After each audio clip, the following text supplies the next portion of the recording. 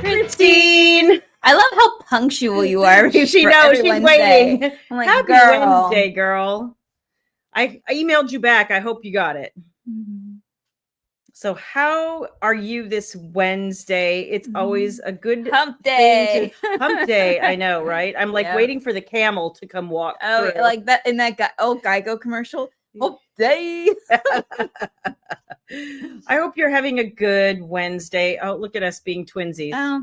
Yeah, I'm white with black and she's black with white. Yeah, so we're inverse. No, you didn't have a good Wednesday. I'm sorry. I had a productive Wednesday. Does that count? I mean, I kind of feel the same way. I was productive. I mean, I was absolutely was 100%. But it was one of those days where you're like, why did I write that? I have to fix that. And next thing you know, like you're like, you start out with like, oh, I've written 700 words to like 0, like, and then back up to 500 and then back down to 200. Like, were you deleting a bunch? Well, I was revising because there were some things I didn't like. So you were deleting some. Revising is the word. So, well, that's one way to put it. But it's okay. I managed to get through, like almost 3 chapters worth of that. Yay! You didn't get my email? I emailed you first thing this morning, double check just to make sure that you didn't get it because I did send it. That's really odd. The short answer is you did purchase an ebook of the commitment. So I don't know exactly what books we'll have in time for virtual signing, but we will figure it out. How's that? We will figure it out. If I have to sign something else, and then if you didn't get it, I'll resend it once we're done tonight. Hopefully you'll get it soon. Hello, how are you? Welcome in. Y'all are just now coming in. We're going to wait a little bit longer before we introduce ourselves. In the meantime, we're going to talk random stuff until people get here. So that's right. It's just probably maybe 2 more minutes and then we'll settle. So for now, we'll keep you in suspense of who we are. I know what you're thinking right now if you're just now joining. A redhead and a raven head. What is there? Like, what is there? Who are these crazy ladies and what are we doing? I'll give you a hint. We write books. We write books. So, if you're just now scrolling and you have no idea what's going on, just bear with us. You should update us. Have there been any more creepy people on the other platform? No, everyone's been behaving. Yay! I can say that for your platform. I can say that for someone else's platform, and I can say that for mine as well. Whatever that wave was. Like, okay, good. We're done now. So calling random bye trolls. Calling random women something that starts with a W and rhymes with shore. I think we're done with that now. Yes, we're totally done with that. It's absolutely uncalled for, and all you had to do was literally we're writing books. I don't know how that makes us promiscuous. No, but it's so interesting because you have no problem with that on other platforms. It's just that one. It was very odd. Let's just say, like, I don't usually see book talk people show their faces all the time.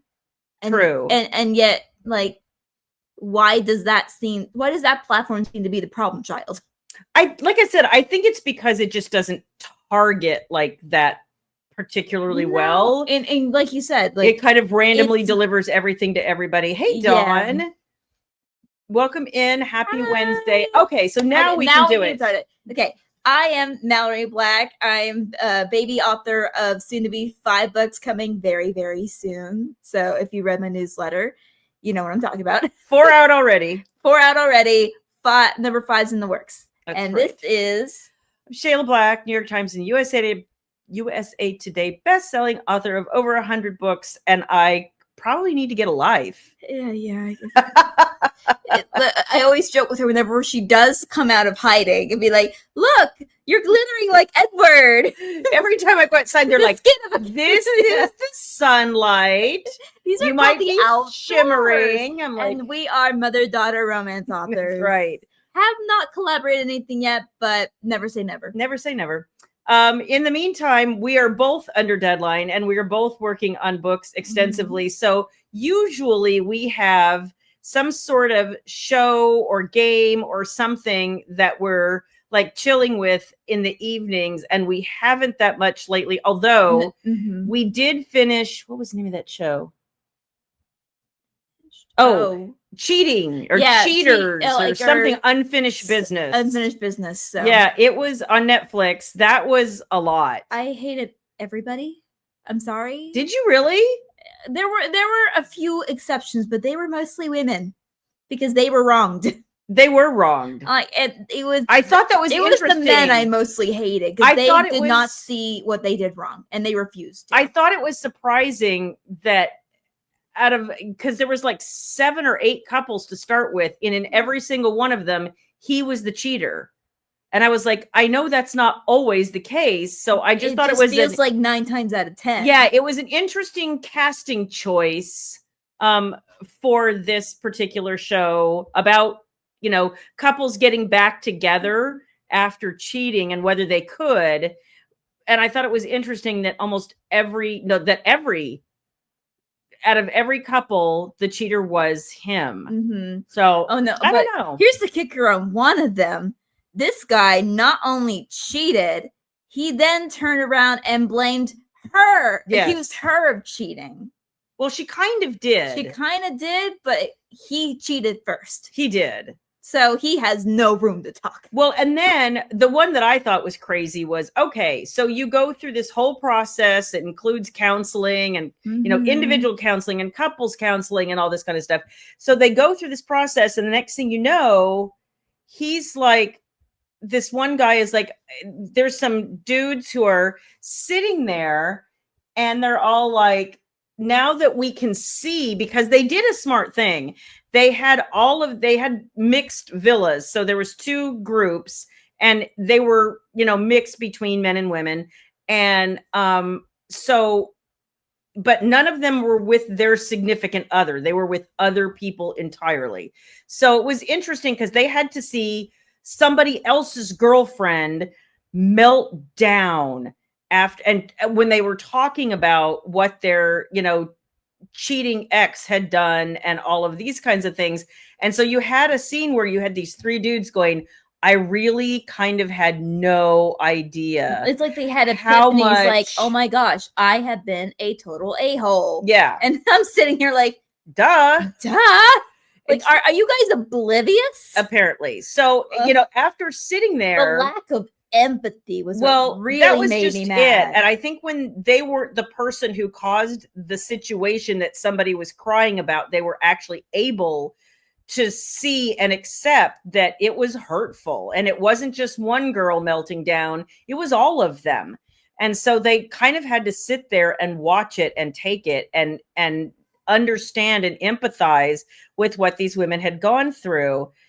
And so you have a scene where these 3 guys are all talking about how they get it now because they had to watch it up close and personal for days as everybody was sort of sharing their situations. And then the next thing you know, one of the guys having that conversation still has trouble taking accountability that he cheated. And then he turns around and starts a flirtation with another girl in his villa. And then blames the other girl for his actions. He didn't do that per se, but he was still telling her what she wanted to hear. And then he was telling the girl he was flirting with what she wanted to hear. Yeah. And then when people called him on it, he acted like so confused. Like, I don't know what I've done. Acting like a victim. We were like, dude, you say you want this, but your actions say otherwise. Yeah, I'm like, this is why we can't have nice things. This is 100% why we can't have nice things. This is why I'm so cynical about dating shows now, because I'm like, I think you're cynical about dating in general. You're a idiot. You're a idiot. Why are you here? You don't even want to be dating right now. That was another thing. Some of these guys didn't want to date, and yet here they were in a relationship. Well, it wasn't even so much that. I mean, because they were technically exes at that point. But if you don't have any interest in dating anyone, much less your ex, why did you ever come on the show? I mean, I guess it's their 15 minutes or whatever, but I'm like, really? I think 15 has everything to do with it. Really? I'm sure. I'm sure. They're But anyway, like, look at me. If you're just now joining, I am Mallory Black, author of 4 published books and 5 in the making, and number 5 on the way. This is my mother, Shayla Black, USA Today and New York Times best-selling author of over 100 plus books over the course of 25 years, and we are mother-daughter romance authors. And we have started a new phase. A new little era in our lives. Have we? We have. For those who know us, we started picking up the keto diet. Yes. So we started about a couple days ago, decided we're going to make our own keto recipes that we find online. And so hang on, let me backtrack a little bit. We've been doing this for a few months, but we haven't actually cooked that much. No, we're not really cooking people. My father finds it very therapeutic. He likes so we to cook. usually just leave him to it, because whenever we try to rearrange something or we start playing with knives or fire, and he gets a little nervous. He's like, no, step away from the kitchen. No, I have a whole story for that one. So we started like a taco bake, a pizza bake. We made our own hamburger bake. We made our own keto pizza the other day. Yeah, we did.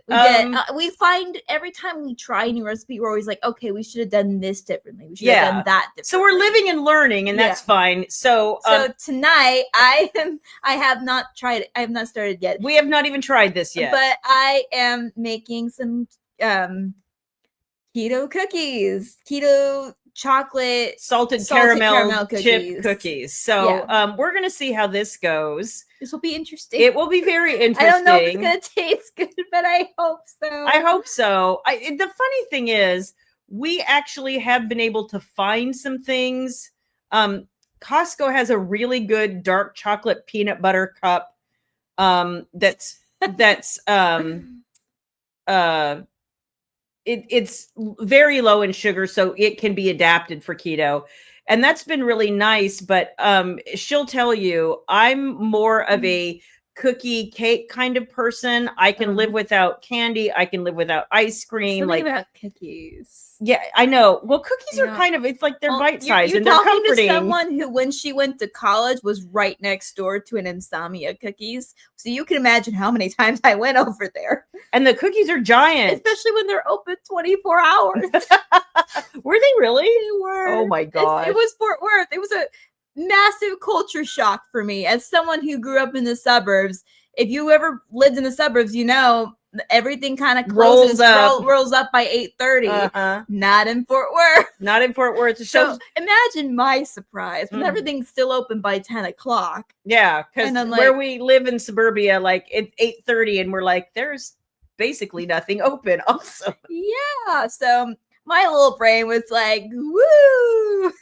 4 a.m. cookies. It wasn't 4 a.m. cookies. I know, because you would not be awake at 4 a.m. They were more like 10 o'clock cookies. Okay, fair. So I was reasonable to a point. But then there were a lot of trips to Fuzzies once a week. Across the street. For breakfast burritos. And margaritas. No, margaritas were rare. Very rare. At least for breakfast. No, my roommates and I, we always pre-gamed every Saturday. Because it was easy, it was cheaper to always drink at home than it was to go out to the bars. Yeah. So think smarter, not harder. Yeah. So as she mentioned, I am the author of over 100 books. Because this is what I've been doing with most of my life. And if you're just joining us, I'm Shayla Black. She is Mallory Black, and we are mother-daughter romance authors. Have not done any collabs yet, but never say never. Never say never. 2 things I want to mention. I can't drop links here. I am doing a virtual signing. If you are interested in participating in the virtual signing, meaning I'm participating. Either one of us. Yeah, me too. I have books available for this virtual signing. So if you're y'all join us, interested in participating, drop one of us a DM and we will get you the link for how to sign up. And by virtual signing, we mean you can purchase any book from my site. and we will sign said book and mail it to you, and we will sign it as we chat over Zoom.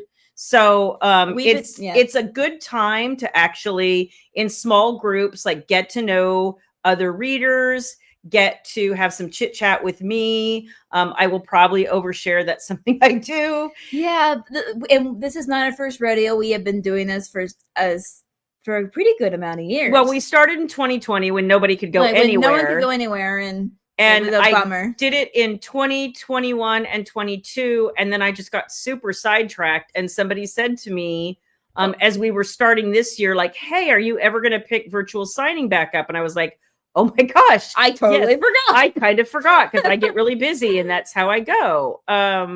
So yeah. Okay, Christine, I will circle back with you. That's really weird. In fact, I'll do that right now. You talk. No, don't. My mother, the workaholic. So yeah. What? Yes. I have no idea Damn what right you are. Not me. Okay, what else is there to talk about?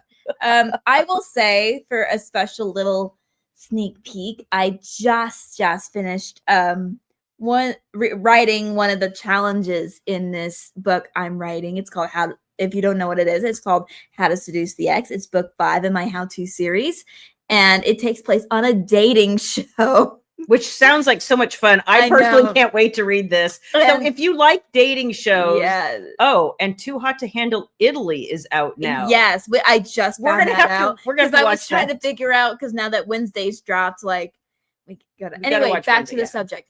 So this scene is a kissing challenge, and there is very big developments that happens. She's like kind of giggling the whole time she's writing this. Like, yeah, you know, you ever saw the audio? It's like, it's not it's it's it's so it's maha, yeah, or yeah. There's a lot of that going on. I just resent the email, Christine, so you should get it. Go double check right now, my dear. Hi, bestie. I know you're here. Hey, girl. I just saw you. I love your car. I just saw my bestie. So. Hello, Ruth. Thank you. She said she did virtual signing once, and she signed up again because she loved it. Yay! Super excited. Yeah, very excited. The other thing I wanted to let you guys know is I have a new hardcover that I just dropped. If you don't know, I like to do omnibus versions, which is like a single author anthology. People always ask me, what the heck is an omnibus? That's literally what it means. It's a single author anthology. So consisting of other books that she has personally written. Correct. And so this is my second chance romance, one of my favorite tropes. This is one of my second chance romance omnibuses, and it was an exclusive for some subscribers earlier this year, and now I am releasing it wide. And this is called Burn Me Twice. I think it's pretty. That looks like it's on fire. It does. That's the whole point. There's the flames. And there are 3 books in here. So, and they're all second chance romance. They're all spicy. I do write spicy. I believe we only have a limited amount of copies. Yes, is that we correct? do. So first come, first serve. Get it while it's still in stock. Correct. And I go run if you want this. Yes, because I already I only have a couple left, and I mean that literally. So y'all hurry if you want it. Yes. So let's see. We did have some questions. We do have questions. So if you are subscribed to her newsletter, you will probably know what these questions are, and we're going to talk about them. So we try to come up with a topic every week that really kind of mostly revolves around either writing or the writing business, or sometimes your feelings about books. And that's kind of where we're going today. So we have 2 questions. Excuse me, the first one, my eye is just, oh my God. Don't you hate that when you get something in your eye? My contact's just not cooperating. Sorry. So the first question today is, I love a good slow burn romance, and I have written several of them. I'm a spicy writer, but I have actually written entire books where nothing happens. Usually, well, the one I'm thinking Well, of there's is you because it's the first half of a duet. So everything spicy happened in the second half of the duet, because it was a forbidden romance situation. But slow burns can be a double-edged sword, right? Yeah. So how long to wait is too long? What's your patience level with waiting for something to happen in a slow burn? I haven't gotten to a point in any book where I'm like, my patience is wearing thin. I will say I felt when I was writing my third book, I think, yeah, my third book, How to Marry the Boss. No, wait. Yeah. Okay. Yeah. I had to think for a second. I was facing this dilemma of I'm a very much, there are two different types of authors that write. There is the planner and then there's the pantser. I'm somewhere in between. That's why you're a plantser. I'm a plantser. Kind of like me. So when I was writing this third book, I was kind of writing as I was making it up as I go. By the end, there was a lot going on at the time.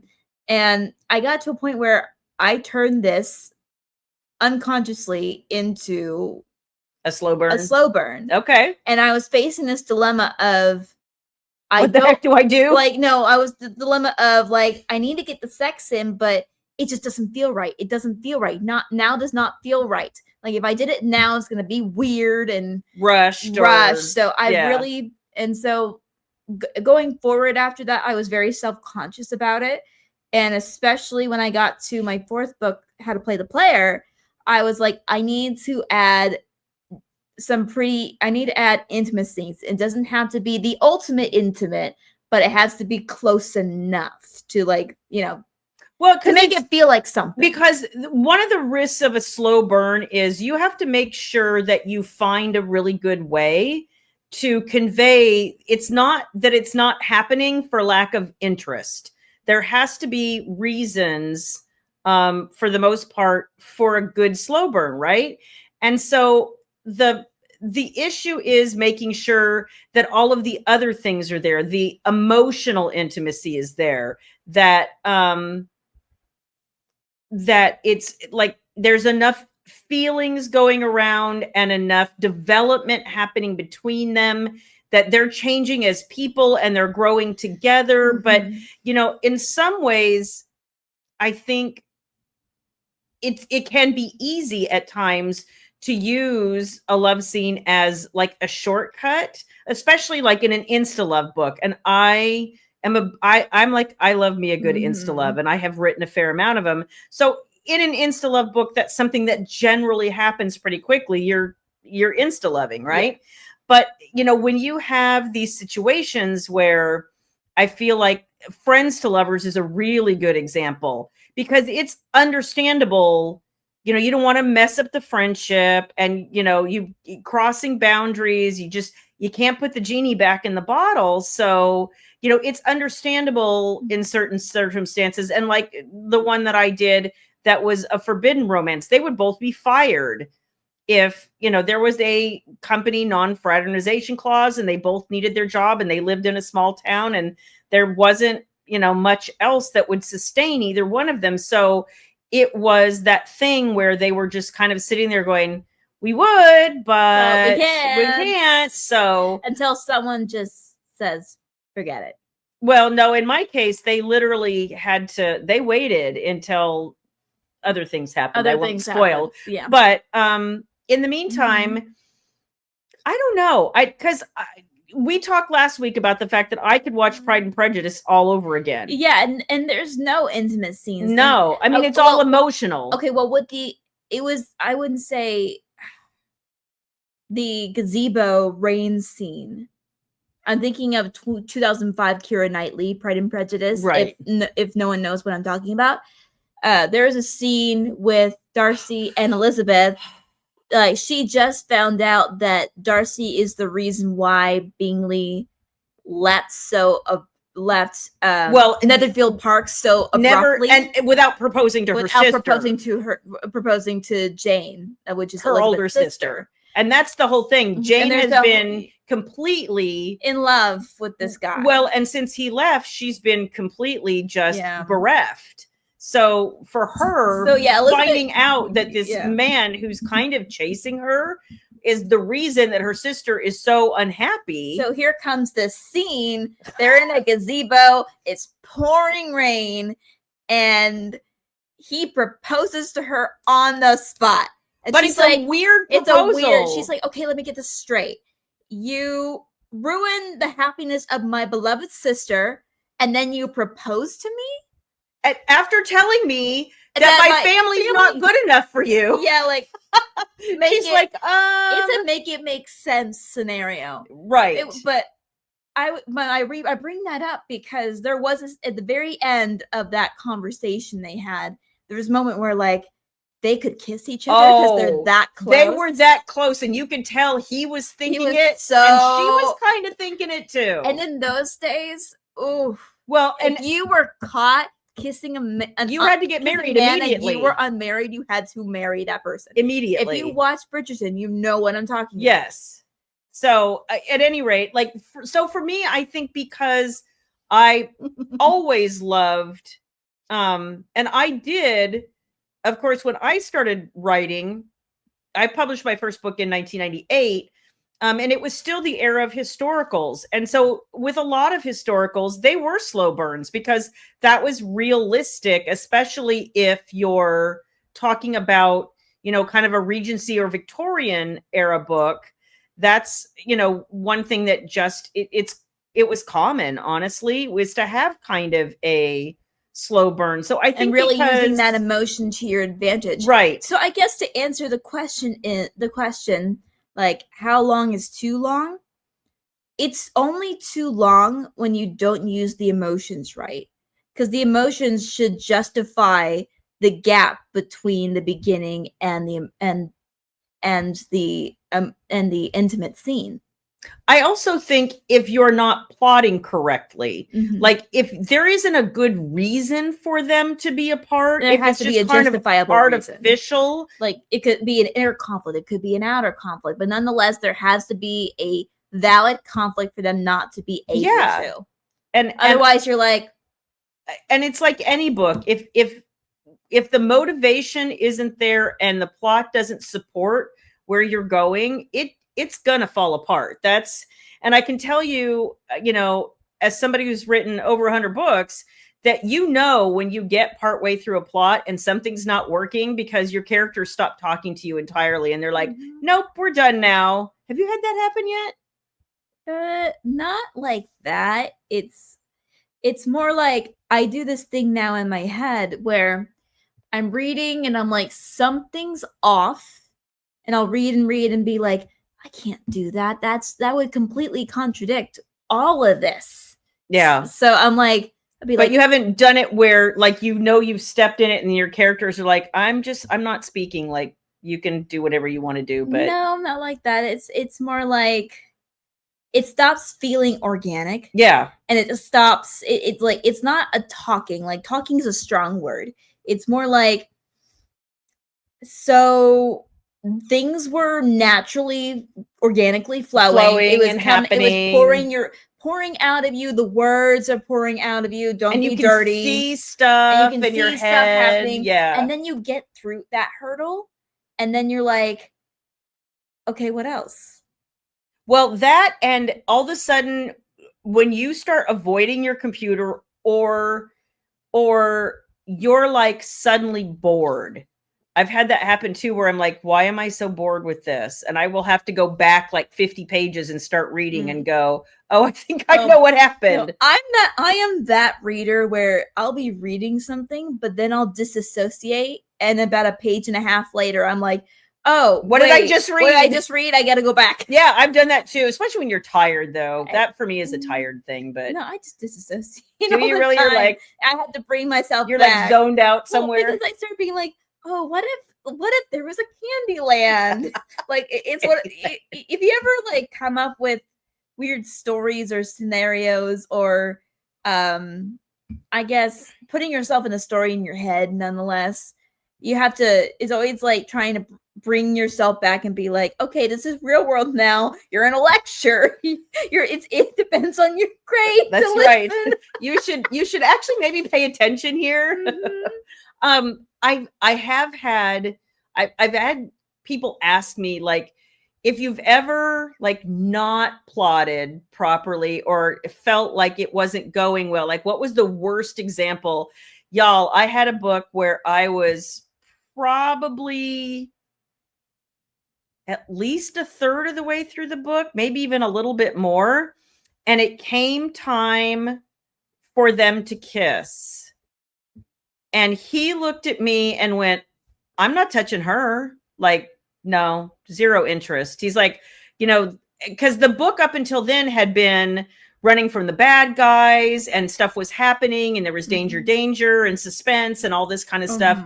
But when it came time for them to finally be alone and kiss, he was like, and I was like, okay, y'all are alone. You got a few minutes. Like, let's do this. And they were like, no. Well, she was like, oh, okay, I guess. Sure, whatevs. And he was like, no, that's like, she is not for me. You need to go find somebody else. And I was like, really, dude? Really? And he was like, yeah, if I'm not going to kiss her, guess what else I'm not going to do to her? So no. I've had something like that where like there's supposed to be a big emotional moment and it just kind of falls flat emotionally. Yeah. Like you feel it, you feel it as a writer. As a I'm reader, a total INFJ. So I feel things I'm very sensitive to feelings. And if I have this dull feeling inside, like in my gut, I'm like, this is not emotional. This is not working. Like, why is this not working? Yeah. And that's the thing. Sometimes you guys, it's really so, what's the way, like trial and error almost. Sometimes I'll try something and I'll be like, nope. Let's delete. Let's try something else. Try again. That doesn't work either. And there are entire days where like I'll walk around going, this all doesn't like mentally. And I've written myself into a corner and had to write myself out. That's fun too. Fun times. Yeah, it's lovely, people. It is. So but I think honestly for me, you can make almost any sort of slow burn work.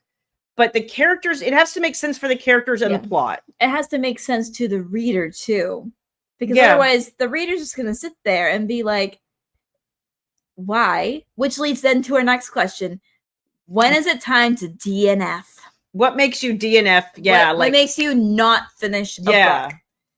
I have a story about one book in particular that I read. Hang on just a second. Christine says, I've read some books where it's like, where is this going? Nothing is happening. Yeah. That is, honestly, that is almost an instant DNF for me. I'm impatient. It's like there was a premise. It was really good.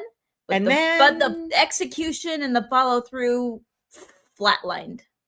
Well, and I think for me, because I started writing, and honestly, I really honed my craft of writing during a time when, if you guys don't know, RWA, Romance Writers of America, was a big deal. And so there was tons and tons of craft lectures. You could buy the tapes. They have chapters. You could go to meetings every month. Like there were critique groups. Like there is really no excuse for you to be doing what I'll call the first cardinal sin to me of any book is if you give me a whole bunch of backstory that isn't relevant in the first like scene, chapter, couple of chapters. Like if I spend all of my time on info dump and there's nothing happening, I'm 100% done. I'm so impatient. I mean, I'm just the extroverted version of her. Yeah. I'm so impatient. I'm like, nope. If there's no story happening right now, I'm done. Yeah. But I'm also the person like I need something emotionally to happen so it doesn't feel slow, but it can't be too fast either. No, that's true. That's always a big thing. It has to feel earned. It feel earned, and it has to feel right timing. Organic. Again, the organic thing. Yeah. So my DNF was I read this one book, and I have to admit, I bought it because of the cover. I was like, and I loved the Which premise. is a double-edged sword. I loved the premise too, and I don't remember who the author is, but whoever she is, hats off to her. She had this book where it was a prince on the run because the monarchy there was a coup against his monarchy, and his father had just been assassinated. Okay, that would make me run. So yeah, so he has to run, and so there are people on his side who are trying to hide him in this farm town or something. And automatically there's this girl who hates him, hates his guts. For no good reason. I don't remember what the reason was. I think it's something along the lines of like you're primp and proper and privileged and royalty, and there was a whole bunch of assumptions that she made about him, and he hated her for her assumptions about him. And it didn't seem to go anywhere. Yeah, and then I got to the first intimate scene. And it was a wow. There was that a good wow or a bad wow? There's many types of ways you can horseback ride. Oh, that book. That book. Okay. I guess she decided to be old-fashioned. Uh-huh. And you're not, it's not one leg on each side. So. Oh my gosh. So she's side saddling him. Yeah. I'm trying really hard not to have TikTok hate me. Yeah. Please, TikTok. I'm just talking about a book. I swear. I think I don't like it when, like, I think one of the, besides feeling like I don't like info dumps, because I don't think anybody does, but one thing that really bothers me, like, and it takes a while to get there to know, is if you kind of just don't see development. Mm-hmm. I can't stand books where the main characters really are the exact same people at the beginning and at the end. Like they haven't learned anything or changed anything. And I'm going to exclude shorts and novellas because that's not what they're for. I'm talking about longer, full-length books. Like, things have to happen. People have to learn something, change, grow, you know, and they have to grow together. Yeah, exactly. And it's like the player trope. Like, he's a player, but it's because of his love for her and his character growth that he learns from his mistakes. Correct. And I think sometimes I feel like I do read sometimes where I'm like, I don't see a plot structure, and it kind of drives me insane. And I'll call these books like sort of like your extroverted diary or day in the life kind of books, because it's like, well, today I went to lunch and I saw this dude and he was hot, but we got in a fight, and I think I'm just going to avoid him, and I'm going to go back to work and act like he doesn't exist. And like, hey girl, let's go out for a drink after work. Okay. And then I go to bed, and then then I flirt with some random guy, and maybe the guy that I saw at lunch, you know, was there, but I wouldn't talk to him, and he's kind of a jerk anyway. So yeah, I'm just gonna drink too much and hang out with my girls and go to bed. If it reads too much like a diary, then I'm just like, tell me why any of this matters. Why does any of this matter? So I don't know. I get really frustrated with that kind of thing entirely. I'm just like, can we speed this up maybe? Yeah. But it's like a good plot structure is what really makes or breaks a book, or even a script for that matter, like a TV show or a movie. Yeah. I say what you will.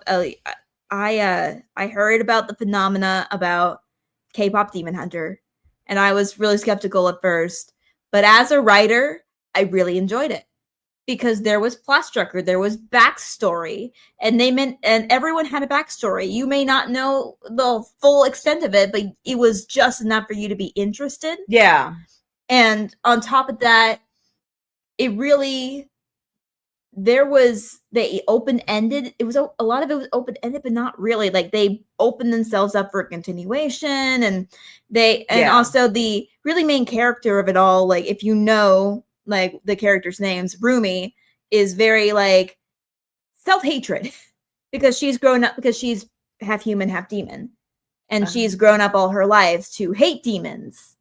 So she struggles. But she struggles, especially when the outer conflict is she's trying to hide her patterns, which is what shows that she's a demon, that she's half demon. And her bandmates have no idea. No one has any idea. And she's been taught by her mentor to basically hate herself. Like it's like the Frozen conceal, don't feel, don't let it show, that kind of thing. Okay. So she has to learn to express and accept. And for her, this entire thing is about her emotional breakdown. Yeah. And then building herself back up.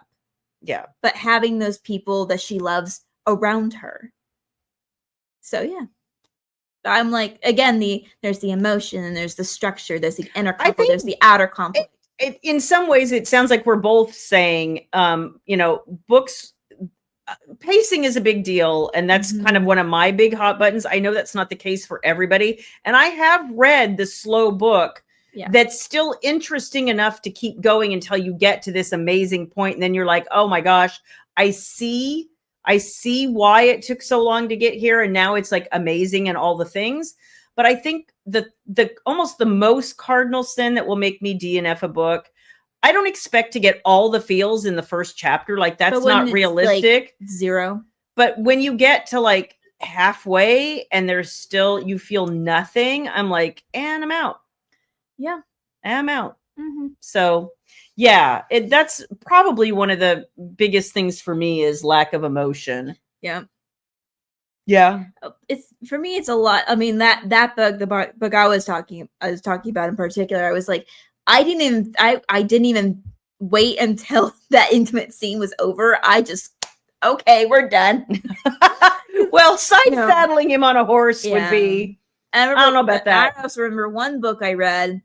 It was pretty good. Like he was learning from his ways, but it was really more about his character arc than it really was about the romance itself. I think that's another frustration for me. Don't call it a romance if it's really one person's journey. But it was still, more than. Yeah, but it was still interesting enough to start taking a pencil and finding all the errors. Well, it's because you're like I started pedantic about things like that. Reading at 17, so I know what to find, what not to do, and I was like, oh, that's an error. Well, and she will find things that other people don't, so that's interesting. Like I have multiple proofreaders. My attention to detail is very micro. It is, and I tend to be more of a big picture thinker.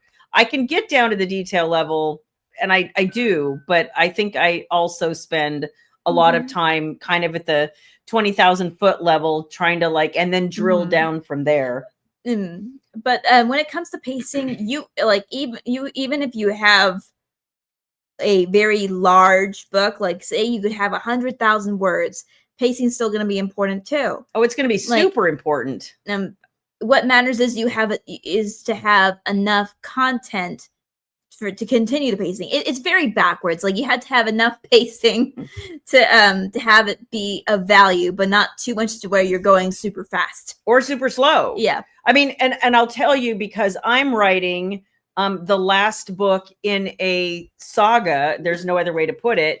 So if you've never read, I have a series that I write with Jenna Jacob called Unbroken, and I'm currently working on book 4 of that, The Commitment. So there are 3 other books in this series, and they're all over 100,000 words. The first 2 are actually closer to 150,000 words. These are big, chunky meaty books. Like the work had something out of fan fiction. Like, if you ever gone to the fan fiction platforms where there's books that are up to like 500,000 words. Well, these aren't that big, but not that big to the extent, but it's pretty close. But so the thing is, and we had a saga before this also in the Unbroken world. So it's divided into 2. Rain Falling saga is complete, and it's about 500,000 words. and we're now finishing Heavenly Rising, and it will probably be also about 500,000 words. And so to have that, to need that number of words, you have to have enough content. And that means carrying not just main plots and, you know, character development and world building, like all of that is important. But I think there's also a huge number of subplots and all of these things. There are mirror plots. All of these things have to work together. Yeah. And it's really super complicated. Mm-hmm. And I think sometimes people get super excited when they're, especially new authors, when they're first time authors, and they get so excited. Yeah. If you're a first time author, first of all, breathe. I need you to breathe, because I know it's a lot. You're probably freaking out. Just nod and breathe. Nod and breathe. And be asking yourself always, does what I'm doing serve the story in the best possible way? And if the answer is no, or I don't know, it's probably time to take a step back. Yeah. Because you really can. It only takes one scene to completely derail your book. And I know that sounds awful, but it actually really is true. You can write that one scene and then go. Sometimes it can even take one decision. Yeah. Well, writing that scene is the decision that can. Yeah. If you feel like you're going off the rails at some point, you need to find the source of that. Yeah. Instead of just trying to go backwards, just working your way backwards, you need to go to the source. Well, sometimes you have to read backward to find the source is the problem. It's easy to be like, oh, I don't know where I got off course. What do I do? You're going to have to go back and read. It's kind of one of those things. Yeah. So if you're a first time author, breathe. Because know that it's not meant to be easy. It's not meant to be easy. First one's always the hardest. Reach out to your book talk community. They'll know what to do. And you got this. You got it. It's just, you have to get over the hump. And it's hump day. Hump day. That's right. Okay, so that's about all the time we have this week. So yeah, at the top of the hour, please join Shayla and my father, William Black, the crazy man, on YouTube at the top of the hour, 8 o'clock. And 8 o'clock Central. 8 o'clock Central, 9 Eastern. 6 Pacific. If you don't know where to find us on YouTube, just go type in Shayla Black, hit the live tab, and you will find us. I will give you more information about Burn Me Twice, about the virtual signing that I'll be doing along with Mallory. And we will see you next week. If you have suggestions or things you want us to talk about, please DM one of us. And if you enjoyed this live and want to follow us, i.e., buy some of our books, follow us on TikTok. She is Shayla_Black. I am Mallory Black Author on TikTok. We are also on other platforms, on Instagram, Facebook. We have our own Facebook groups. And you can see all our socials on our websites. And it was great to have you here. Thank you all so much for joining. Thank you all so much for the love, the hearts. We've been watching that. Thank you very much. Thank you all so much for joining. I hope you have a great rest of your week and also a great weekend, because I've been thinking about that since this morning. So. Okay. See you next Wednesday. We're going to go probably watch Wednesday here pretty soon. Bye. Bye.